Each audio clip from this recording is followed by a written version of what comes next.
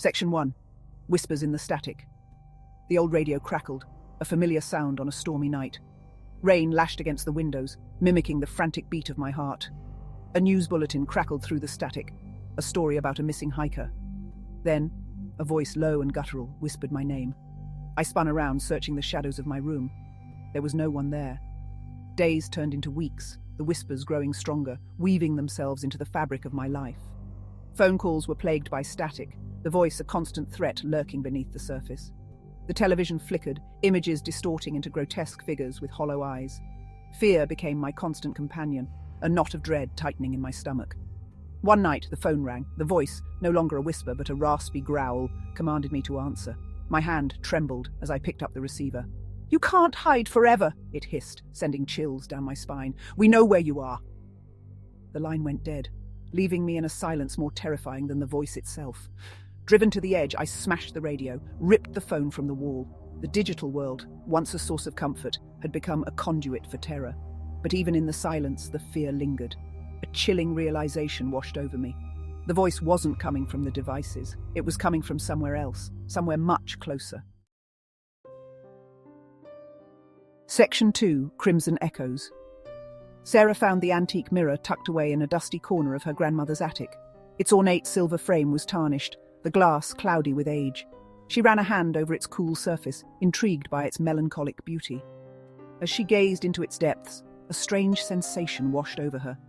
It was as if the mirror were watching her back, its clouded surface swirling with a life of its own. Over the next few days, Sarah couldn't shake the feeling of being observed. Shadows seemed to dance at the edge of her vision, fleeting glimpses of movement reflected in the mirror's depths. One evening, as she stood before the mirror, she noticed a figure emerge from the swirling mist behind her reflection. It was a young woman, her face pale and drawn, her eyes filled with a haunting sadness. Night after night, the ghostly figure grew more distinct, her sorrow palpable. Sarah felt an inexplicable connection to the woman in the mirror, her own reflection fading as if being consumed by the spectral presence. Then, one terrifying night, the mirror shattered. Sarah cried out as shards of glass rained down around her, the reflection of the ghostly woman contorting in agony before vanishing entirely. Standing amidst the wreckage, Sarah felt a cold hand grip her wrist. She turned to find the ghostly woman standing before her, no longer a reflection, but a horrifyingly real entity. "Beware the echoes," the woman whispered, her voice as hollow as an empty tomb. "They can trap you in their sorrow." And with a final, chilling scream, the woman faded into nothingness, leaving Sarah alone with the shattered remnants of the mirror and the bone-chilling truth. Some reflections are best left undisturbed. Section 3. The Vanishing Hitchhiker.